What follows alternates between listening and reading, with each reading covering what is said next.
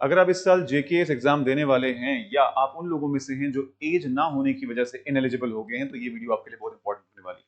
Hello and welcome to Wings ए Udaan. JKS exam जो कि हर साल पिछले 5 सालों से लगातार कंडक्ट करवाया जा रहा है और जिस एग्जाम का पैटर्न 2018 में बदला और एज रिलैक्सेशन की अपर लिमिट को 32 किया गया जनरल कैटेगरी के लिए, उस पर्टिकुलर एग्जाम में सरकार ने तकरीबन हर साल पिछले 5 साल से एज रिलैक्सेशन प्रोवाइड की ताकि जो लोग 32 हो गए थे उनको एक एडिशनल अटेम्प्ट दिया जाए। पर हर साल ये age relaxation one time relaxation होती थी, यानी उस साल के लिए दे दी गई थी, परमानेंटली चेंज नहीं की।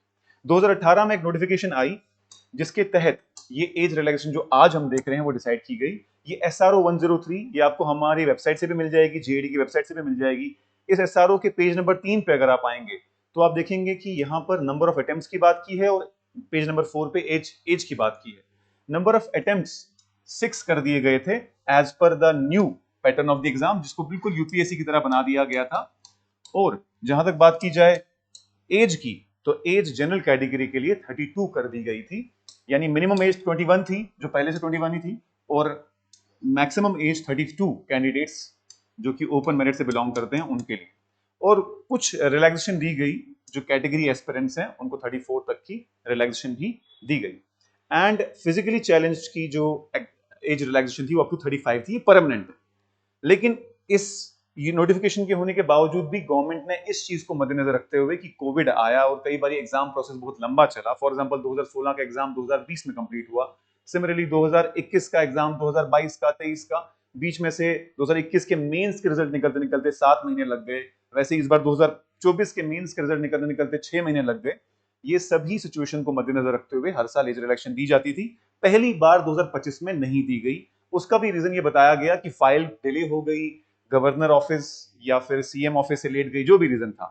इस चीज को हम फॉलो अप कर रहे थे तब से ही, 2025 दिसंबर से जब ये प्रीलिम्स हुआ था, डिफरेंट डिफरेंट प्लेटफॉर्म में हमने ये वॉइस रेज की, हमने बजट सेशन में एमएलएस तक भी ये पहुंचाई बात, और अभी रिसेंटली कल की डेट में हम लोग मिलके आए हैं एडवाइजर टू सीएम नासिर सोगामी साहब से, और उनसे हमें ये चीज पता चली है कि कहीं ना कहीं गवर्नमेंट के नोटिस में ऑलरेडी बात है और इस पे कार्रवाई एक्टिवली की जा रही है। ये कल हम सारी टीम विंग्स ए उड़ान गई थी एडवाइजर साहब से मिलने के लिए। जब हमने इशू रेज किया तो उन्होंने कहा कि हाँ, ये चीज हमारे ऑलरेडी नोटिस में है और मोस्ट प्रोबेबली हो ही जाना है। और ऐसे बहुत सारे इंफॉर्मेशन हमें बाकियों से भी मिले थे, काफी दूसरे दो बच्चे भी गए थे जिन्होंने कहा था कि हाँ, हमें आश्वासन दिया गया है कि ये रिलेक्शन होगी, लेकिन जब तक इंसान खुद नहीं मिलता, वेरीफाई नहीं करता, तब तक बताना मुश्किल होता है। लेकिन कल हम गए तो उनसे हमें यही पता चला कि this is already in process और मोस्ट प्रोबेबली इस साल ये एज रिलैक्सेशन प्रोवाइड कर दी जाएगी और मोस्ट प्रोबेबली ये अब एक परमानेंटली हो जाएगी कि अपर एज लिमिट को 35 कर दिया जाएगा। 35 years will be upper age limit for open merit. लेकिन हमारे स्टूडेंट्स ने हमें यह भी बताया था कि आप सर 37 तक की बात करो, जैसे कि बाकी स्टेट पीएससीज में अप टू 40 इयर्स तक बात की जाती है, हमारी स्टेट में भी कम से कम 37 तो होनी चाहिए।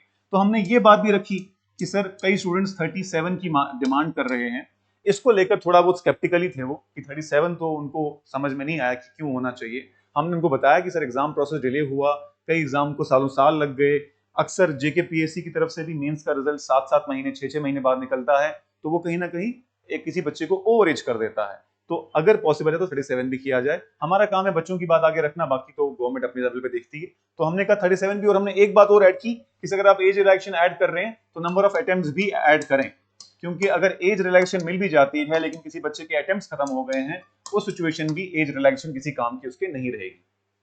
इसीलिए नंबर ऑफ अटेम्प्ट्स भी बढ़ने चाहिए, ये भी बात हमने रखी।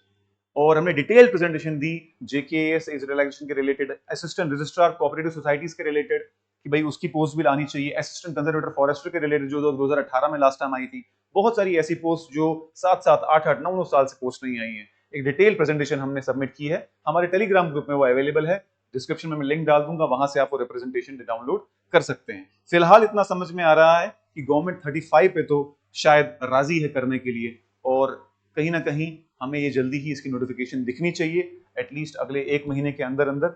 बट पता है आपको कि गवर्नमेंट काम थोड़े ऐसा ऐसे ही चलते हैं, तो हो सकता है थोड़ा टाइम भी लग जाए, बट मोर और लेस यही समझ में आ रहा है कि government is ready for 35 years of age relaxation, जितना कि हमने बात की, जितना हमें समझ में आया।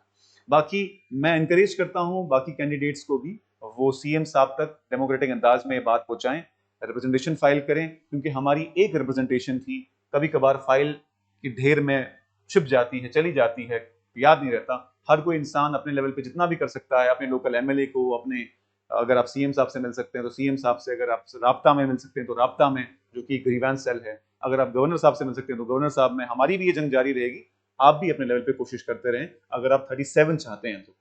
अदरवाइज 37 अभी तक तो लग रहा है मुश्किल है। हमने तो बात रख दी, हमने तो रिक्वेस्ट कर दी, रिप्रेजेंटेशन में डाल भी दी, आप वो रिप्रेजेंटेशन पढ़ के भी देख सकते हैं, बट एज सच 35 का अभी तक लग रहा है, 37 का नहीं लग रहा। तो बाकी आप भी लेवल एफर्ट डालें, हम भी डालते रहेंगे, और इस प्लेटफॉर्म से ये इशू हम रेज करते रहेंगे पब्लिक रिक्रूटमेंट एग्जाम के रिलेटेड। इसके अलावा हमने और भी बड़े सारे इशू डिस्कस किए कि भाई सिंगल एग्जाम हो, जेके एसएसबी का, जेके पीएससी का भी कैलेंडर रिलीज हो साल पहले, ताकि पता चल सके कि एग्जाम कब है। उसके साथ में बहुत सारी अननोटिफाइड पोस्ट जो हैं वो भी नोटिफाई किए जाएं जल्द से जल्द। अगर आपको कोई और भी चीज ऐड करवानी है तो फ्यूचर में हम जिससे भी मिलने जाएंगे वो ऐड कर देंगे, आप कमेंट सेक्शन में जरूर डाल दीजिएगा। Thank you so much, all the best.